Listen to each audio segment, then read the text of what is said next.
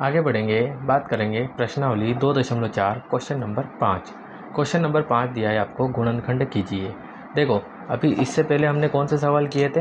इससे पहले हमने सवाल किए थे स्टेप वाले, ठीक है, जो क्वेश्चन नंबर 4 था आपके।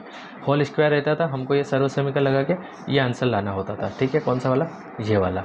लेकिन अब हमको इस टाइप का आंसर दिया गया है और हमें ये वाली स्टेप ला के देनी है, ठीक है। तो अब आपको ऐसा सोल्व करना पड़ेगा।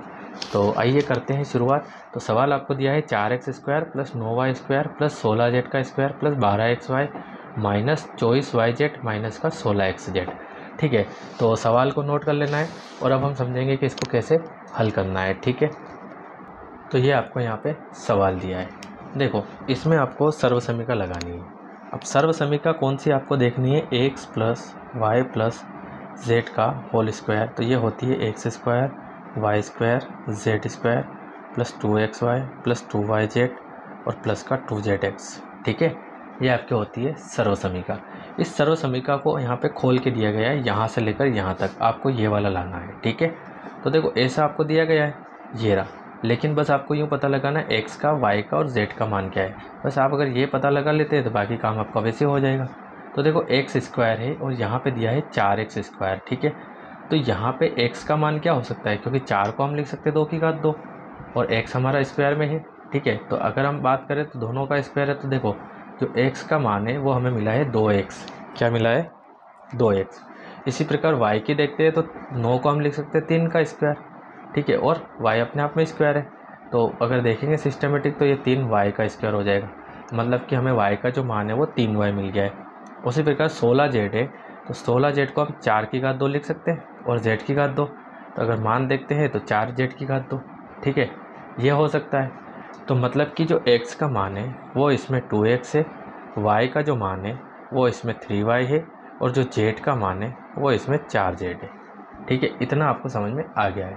लेकिन अभी हमको ये देखना है कि हमारे सवाल में 2 जगह माइनस आया है, तो अब ये माइनस किसका है?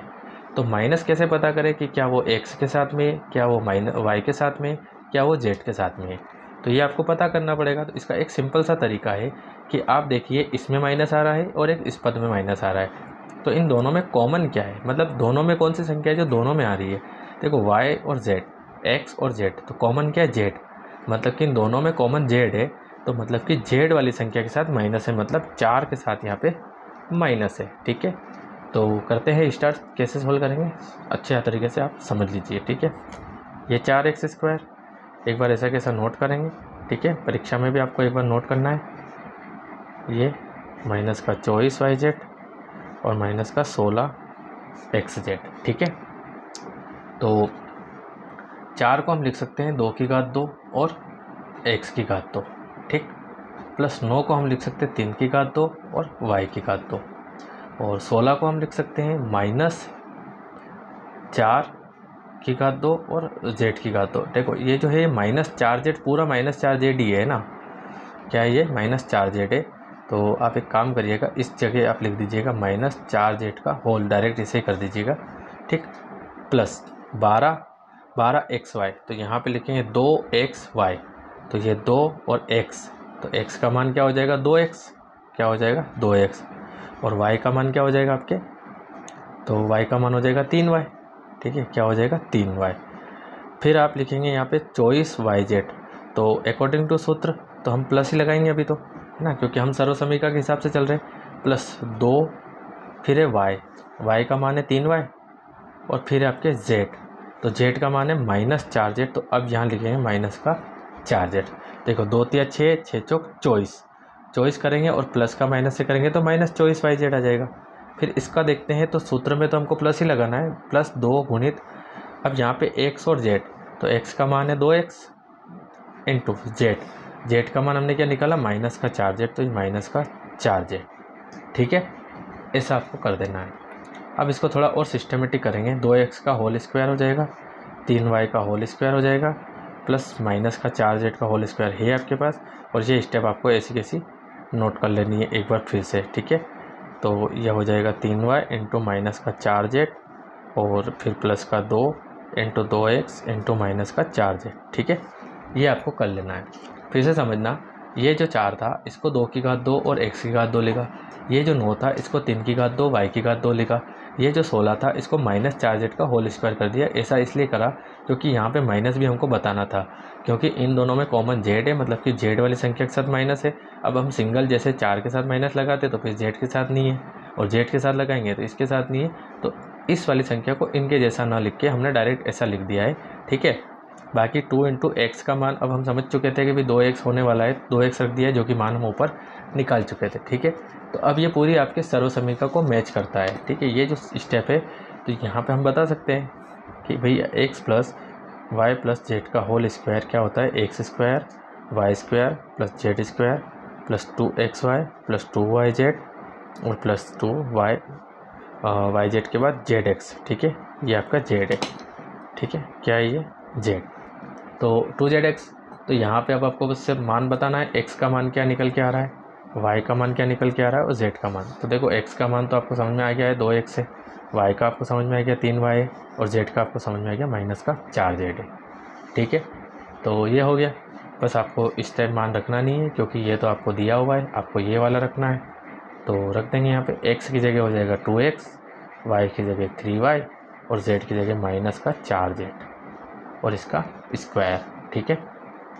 तो घात 2 लगी हुई है तो इसको आप 2 बार लिख देंगे, 2x + 3y - 4z, फिर लिख देंगे 2x, ठीक है, + 3y - 4z और ये हो जाएगा आपके इसका आंसर, ठीक है गाइस। तो उम्मीद है आपको समझ में आया होगा, और अगर फिर भी कोई डाउट है तो आप मुझे कमेंट करिए, ठीक है। मैंने इससे पहले जो वीडियो अपलोड किए हैं उनमें मैंने व्हाट्सएप नंबर दिए हुए हैं, अगर आपको समस्या है तो आप मुझे व्हाट्सएप पे मैसेज कर सकते हैं, ठीक है। तो आप यहाँ से क्वेश्चन को नोट कर लीजिए, अगर आपको समझना है तो आप ये भी देख सकते हैं, ठीक है। नोट कर सकते हैं यहाँ से ये और उसके बाद ये। अब हम इसी में आगे बढ़ते हुए इसी का क्वेश्चन नंबर 2 देखेंगे। अगला सवाल आपको दिया है 2x² + y² + 8z का स्क्वायर -2√2xy + 4√2yz - 8xz, ठीक है। यहाँ पे आपको ये मान दिया है। तो अब आपको इसको सवाल को हल करना है। तो सबसे पहले हम सर्वसमीकरण देखते हैं। तो x² + y² + z² बस आपको यही पता लगाना है कि x का मान क्या है, y का क्या है और z का क्या है। तो देखो यहाँ पे आया है 2x²। अब 2x² में ये 2 किसका स्क्वायर है ना, ये आपको पता लगाना है। तो 2 तो किसी का स्क्वायर होता नहीं है, क्योंकि अगर 4 होता तो हम बताते 2 का स्क्वायर है, ठीक है। 9 होता तो ये 3 का स्क्वायर है, 16 होता तो ये 4 का स्क्वायर है, लेकिन 2 तो किसी का स्क्वायर नहीं होता है। तो कैसे पता लगाएंगे कि x का मान यहाँ पे क्या है, x² तो आ रहा है लेकिन इस 2 का कुछ हो सकता है। तो देखो यहाँ पे मैं आपको बता देता हूँ, जब √2 का √2 से गुणा करते हैं तो आंसर आता है 2। कितना आता है 2, मतलब कि यहाँ पे जो ये 2 है ये √2 का स्क्वायर है, किसका, √2 का स्क्वायर है, और साथ में x है तो हम इसको ऐसा लिख सकते हैं √2x², ठीक है, क्लियर। अब y का स्क्वायर तो सवाल में तो सिंगल y है, मतलब y तो अकेला ही आएगा, मतलब y अपने आप में y का स्क्वायर है प्लस z। अब z का जो मान है यहाँ पे 8z आ रहा है, कितना आ रहा है 8z। तो अब 8 कैसे आएगा, 8z लाने के लिए हमें क्या करना पड़ेगा यहाँ पे, तो ये हमारी एक समस्या है। तो जैसे हमने देखा भाई 8 जो है, अगर यहाँ पे 2 होता तो 2 की घात 2 का मान 4 हो जाता, लेकिन हमको तो 8 लाना है, मतलब इस 4 के गुणित में 2 की और ज़रूरत है। लेकिन अब 2 कहाँ से लाएंगे, तो यदि हम यहाँ पे 2 की घात 2 साथ में √2 की घात 2 और z कर देते हैं, तो देखो 2 की घात 2 का मान 4, √2 की घात 2 का मान 2 और z तो है ही है, तो 4 दूनी 8 और z हो जाएगा।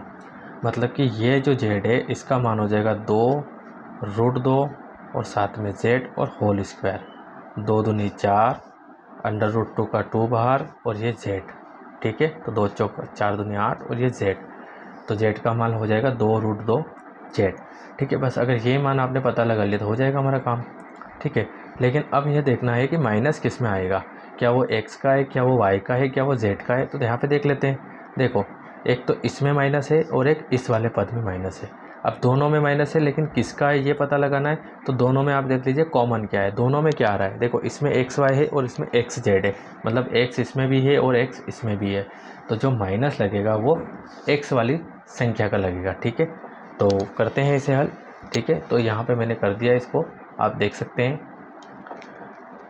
2x², यहाँ पे हम माइनस का √2x लिखेंगे जो कि हमने ऊपर निकाला है, प्लस y अपने आप में स्क्वायर है और z का 2√2z का होल स्क्वायर ना, 2 दूनी 4 और गुणित में 2 आएगा, 4 दूनी 8, z का स्क्वायर हो जाएगा। ठीक है, फिर यहाँ पे तो है प्लस और 2√2x, x का मान है √2x इंटू y का मान है y। ठीक है, उसी प्रकार यहाँ पे आ रहा है आपके yz। तो देखो 2yz आता है, आपके सर्वसंख्या में क्या आता है 2yz, तो 2y का मान y है लेकिन z का मान क्या हो जाएगा, तो z का मान हमने देखा है 2√2z, तो यहाँ लिख देंगे 2y और आपके यहाँ पे z, तो 2√2z। ठीक है, फिर zx हो जाएगा, तो 2 गुणित zx, तो z का तो 2√2z इंटू x का मान माइनस में 2√x है। ठीक है, तो आ रहा है आपको समझ में। यहाँ पे हम सर्वसमीका लगा देंगे और मान रख देंगे, x का मान हो जाएगा -√2x, y का हो जाएगा y और z का हो जाएगा 2√2z। ठीक है, और रख देते हैं इस साइड में, तो माइनस का 2√2x है ना, सॉरी माइनस का √2x और फिर प्लस का y और प्लस का 2√2z और इसका स्क्वायर। अब चूँकि यहाँ पे स्क्वायर लग रहा है तो इसको 2 बार लिख देंगे। ठीक है, √2x plus y plus 2√2z।